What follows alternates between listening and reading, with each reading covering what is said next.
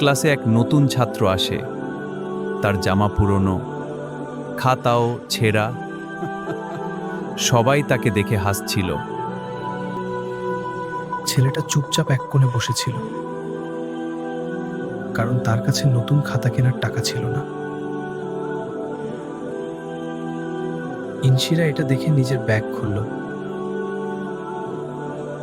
সে তার নতুন খাতাগুলোর একটা ছেলেটার সামনে রাখল। তুমি এটা আমাকে দিচ্ছ? বন্ধুরা একে অপরকে সাহায্য করে।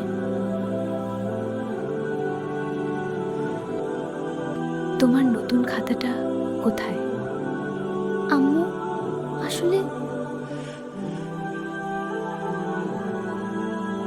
মানুষকে সাহায্য করলে আল্লাহ তোমাকেও সাহায্য করেন।